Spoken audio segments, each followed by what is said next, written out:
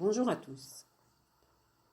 Sommes-nous d'accord pour émettre l'hypothèse que ce que nous allons chercher grâce à ce voyage que je vous propose, c'est notre divinité oubliée, cette lumière enfouie au plus profond de nous? Pour cette expédition, la méditation est notre bâton de pèlerin sur lequel on peut s'appuyer en cas de nécessité. Mais pour savoir où nous allons, nous devons savoir d'où nous partons, c'est-à-dire qui nous sommes ici et maintenant. Comme pour un voyage dans la vie normale. Si je veux aller à Marseille et que j'habite Lille, je vais faire Lille-Paris, puis Paris-Valence et finalement Valence-Marseille. Je ne peux pas faire Valence-Marseille avant d'avoir fait Lille-Paris. Mais à chaque étape, je sais que je suis là pour aller à Marseille. C'est tellement évident. Et une fois que nous avons pris la bonne direction, nous pouvons lâcher le but sans le perdre de vue et nous concentrer sur la première étape. Pour savoir d'où vous partez, qui vous êtes, ici et maintenant, concrètement dans cette vie-là, à cette époque de cette vie-là, être sûr de ne rien projeter, de ne rien fabuler, de ne pas se tromper, il vous faut prendre du recul, comme un metteur en scène qui regarde la scène de l'extérieur pour pouvoir la retoucher s'il n'est pas satisfait. Soyez le metteur en scène de votre vie et observez. Comment vivez-vous? Quel est votre quotidien? Vos relations avec les personnes de votre entourage, la famille, le conjoint, les patrons, les collègues, votre santé, vos attentes, vos espoirs, vos peurs. Pour faire cet état des lieux avec la plus grande honnêteté, vous allez avoir recours à 2 outils, le miroir et la vigilance. Si vous avez écouté la vidéo numéro 3, le postulat de départ, vous savez d'où vous venez. Et donc, nous savons que lorsque nous arrivons ici sur Terre, nous avons déjà commencé le voyage. Et notre valise est déjà pleine des actions de nos vies antérieures, actions que nous avons oubliées. Mais nos valises sont là, avec nous, en nous, et nous pouvons regarder ce qu'il y a dedans. À cela s'ajoutent aussi les valises de la lignée que nous avons choisies pour venir vivre cette incarnation, l'héritage, l'hérédité. Vous allez me dire, eh bien, on est mal parti. Pas du tout. Regardez. Ce choix est un choix volontaire, fait lorsque nous avions encore notre conscience divine. Ce qui prouve que nous nous faisons confiance et que nous avons fait ce choix pour nettoyer les erreurs de nos vies passées et retrouver la lumière. Et aussi raison pour laquelle vous avez décidé de suivre cet enseignement. Comme une bonne ménagère qui inlassablement nettoie les carreaux de sa maison pour laisser entrer la lumière, plus nous nettoyons, plus la lumière passe. Plus la lumière passe, plus la lumière de qui nous sommes, au-delà de ce corps dense, nous revient.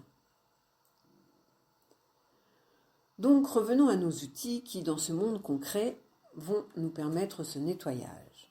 Premier outil que nous allons aborder dans ce cours, le miroir. Nous avons donc vu que nous sommes les créateurs de notre vie. Donc, nous sommes Dieu. Et bien que nous l'ayons oublié, nous en avons les pouvoirs profondément enfouis en nous. N'oubliez pas, c'est le but de notre voyage, retrouver notre divinité. Il est donc logique que nous partions de cette affirmation, nous créons notre vie. Regardez avec la plus grande honnêteté comment vous vivez et dites-vous que vous en êtes responsable. Ah, mais non, vous n'êtes pas du tout d'accord, n'est-ce pas? Qui voudrait de ce boulot épuisant, abrutissant, de ce patron insupportable, qui serait assez maso pour s'imposer cette maladie incurable, qui choisirait de vivre volontairement dans cette pauvreté chronique, qui vivrait délibérément avec ce conjoint violent, Personne, n'est-ce pas? Et pourtant, c'est ce que nous créons dans notre vie.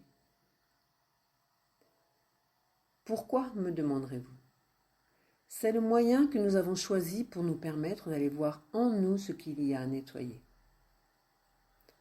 Encore faut-il bien sûr en prendre conscience, le regarder, reconnaître notre responsabilité et vouloir y aller.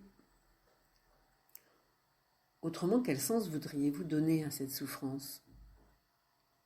Si vous avez d'autres idées, je suis preneuse, on peut en discuter.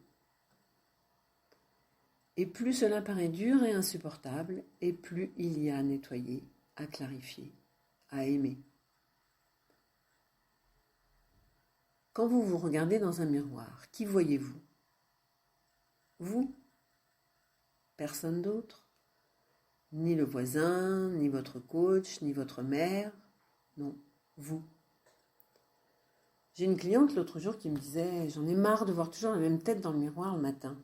Je me trouve moche, je voudrais avoir une autre tête. » Eh bien non, impossible. Elle aura, nous aurons, vous aurez toujours la même tête dans le miroir. Plus ou moins jeune, et en général de plus en plus moins jeune, mais ce sont toujours vos traits à vous. En revanche, ce qui peut tout changer, c'est le regard que vous portez sur vous. Quand vous regardez votre vie, que voyez-vous? Votre vie à vous, pas celle d'un autre, pas celle de votre voisin, pas celle de votre coach ou de votre mère. Non, c'est votre vie que vous voyez. Regardez-la, comme vous regardez votre visage dans le miroir. Et prenez conscience que c'est ce que vous avez créé pour vous. Et qui croyez-vous qui peut changer quelque chose à votre vie? Vous, bien sûr, à condition de changer votre regard. Ici, il n'y a que vous. Vous êtes à la fois le metteur en scène, le scénariste et le rôle principal du film de votre vie. Connaissez-vous l'allégorie de la caverne de Platon? Je vous invite à aller vous renseigner. Cela renforcera l'image que je vous soumets ici. Imaginez que vous vivez depuis toujours dans une pièce d'une maison dont la fenêtre donne sur un petit bout de jardin. Et puis dans le mur du fond de cette pièce, il y a une porte que pour le moment vous n'avez pas encore franchie, par peur de ne pas pouvoir revenir et de perdre ce petit bout de jardin que vous aimez et qui vous fait votre joie à chaque fois que vous regardez par la fenêtre. Et puis, qu'y a-t-il derrière cette porte? L'inconnu. Et ça fait vraiment peur. Pour rien au monde, vous ne voudriez perdre la vue sur ce petit jardin. Pourtant, un jour où vous vous sentez plus courageux qu'un autre, vous décidez d'ouvrir cette porte, juste pour voir.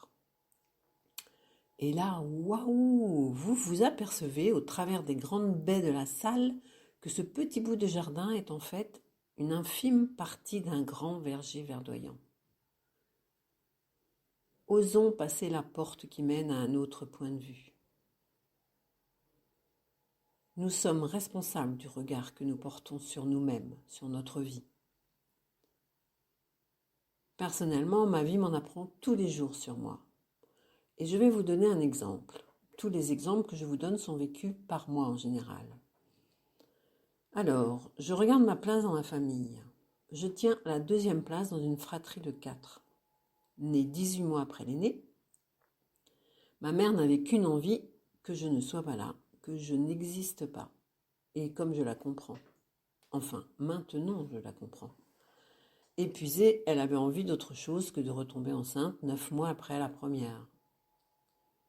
Donc, elle a essayé par des moyens plus ou moins inavoués et avec beaucoup de culpabilité de faire passer ce bébé non désiré. À l'époque, pas d'avortement possible. Et en plus, elle était catholique. La totale pour la culpabilité. Que j'ai portée, bien sûr, l'ayant reçue en héritage. Néanmoins, je me suis imposée, accrochée, je suis restée là. Je sais maintenant que je suis venue là parce qu'il me fallait venir vivre cet état de rejet qui m'a poursuivi pendant très longtemps dans ma vie et qui est très lié à la reconnaissance. Cela a été longtemps une grande souffrance. Mais ce que je vois surtout, c'est que ce début dans ma vie fétale m'a construit pour le restant de mes jours. Et que cette souffrance, petit à petit, s'est transmutée en force, quelque chose sur lequel je peux m'appuyer. Aujourd'hui, je suis quelqu'un qui s'accroche, qui rebondit toujours, qui ne laisse jamais tomber. Et ça n'est ni bien ni mal.